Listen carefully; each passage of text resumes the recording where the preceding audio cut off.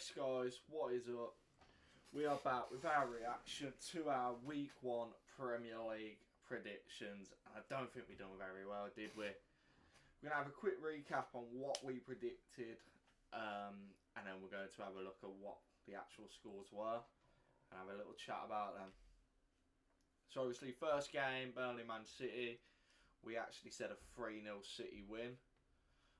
Obviously, we'll get into a bit more of that. 2-0 Arsenal Forest to Arsenal.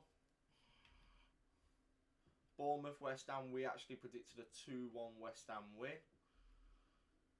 Brighton Luton, we predicted a 3-0 Brighton win.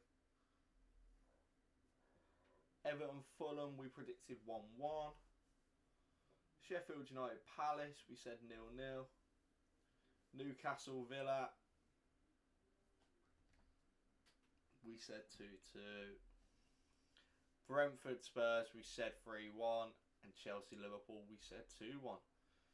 And I'm aware as well that we did miss Man United Wolves, so I have got their prediction in this as well.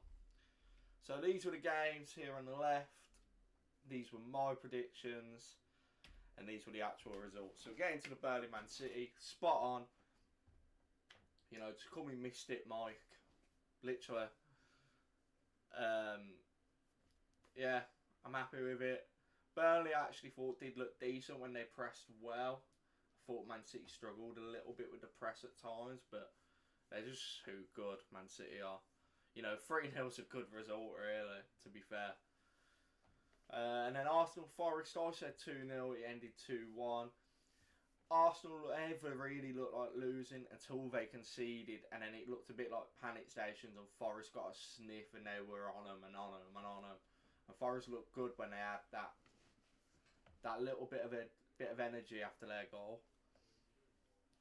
And Bournemouth West Ham, I predicted West Ham to win 2-1, and it actually ended 1-1. So again, another game I'm not too far off really.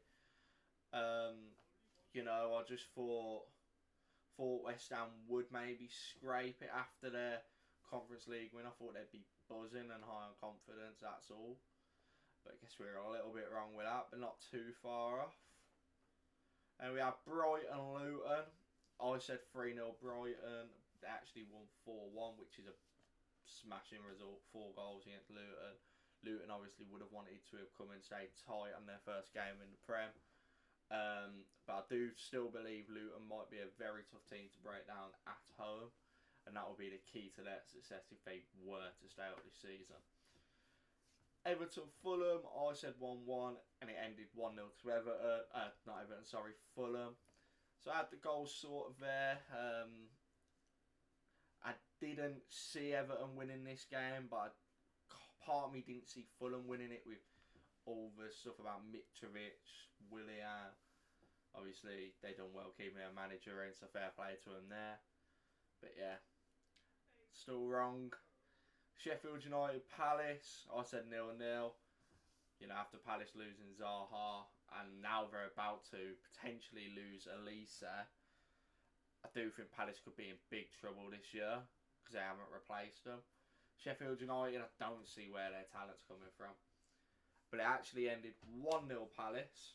So they did manage to score. Can't quite remember who did score. But yeah, fair play to Palace. It's a good result at Sheffield United away. Anyway, on to Brentford Spurs. No, in all seriousness, Newcastle Villa, I said 2-2.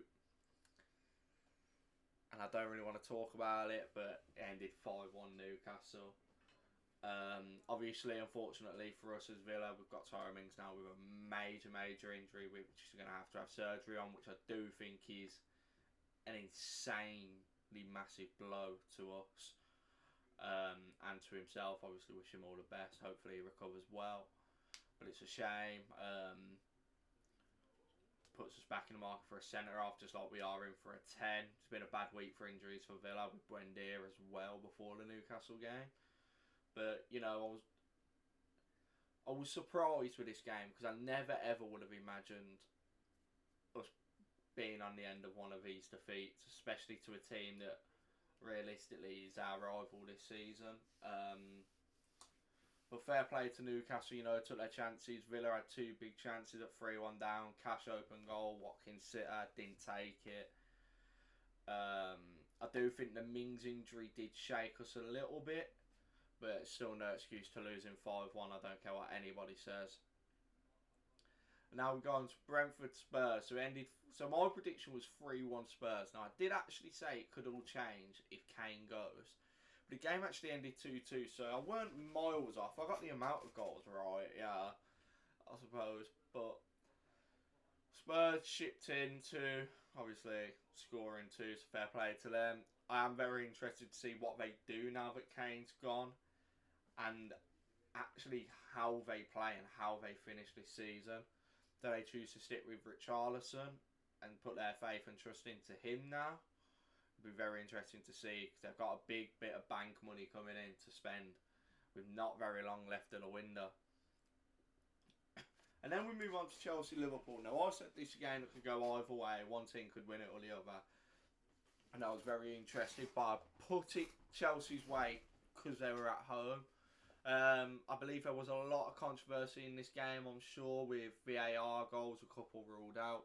So it could have been a different scoreline or maybe even 2-2 or whatnot. But it actually ended 1-1. Salah, great pass to set up their goal. I didn't actually manage to see Chelsea's goal due to being at work. But again, a good result for both teams, I suppose. Chelsea probably would have preferred to have the win, but Liverpool won't mind taking a point away from there. Going off last season's form as well, they'll be quite pleased with that. United Wolves. Now I went very brave on United after seeing Wolves, losing Lopetegui, essentially done what Martin O'Neill did to Villa 3 days before the start of the season. You just up and leave because you've had no backing. Wolves obviously sold a lot of their best players. They're in a big heap of trouble in my opinion this season. But fair play to them. From what I've seen and heard, they played okay. They've done well against United. And then a 1-0 loss away at Old Trafford to United is never a result to actually put your nose to pay. It's always decent. You ain't had a hammer in. It's always horrible to go to. And we are talking about Man United, who are just, well, they're the biggest team in the country, you know what I mean? It's fair play to them. So we come on to our points, and the point system is going to work, and the correct result is 3 points. If I predict the correct winner, that's 1 point. Anything else is 0. So if I predict 1-0 to Burnley against Sheffield United, but Sheffield United actually win 1-0, then that's 0 points. But if I predict, I don't know, 1-0 Burnley, Sheffield United, but Burnley win 2-0, that's a point. Now, if obviously it was to win 1-0, that's 3 points. So obviously with Burnley City, we got 3 points. Arsenal Forest, we managed to get 1. Bournemouth West Ham, we got 0 because of the draw. Brighton Luton, we got 1. And then Everton Fulham, Sheffield United Palace, Newcastle Villa. Really don't like seeing that result right there.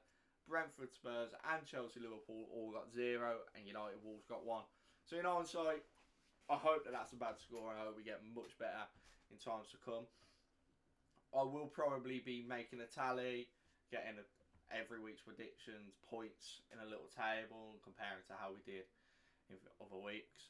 But for our first week, we end on a measly 6 points. Hopefully, better things to come. And we shall see then this weekend if we can do better. Guys, if you enjoyed and you want to see more of this content, please drop a like and subscribe and comment down below.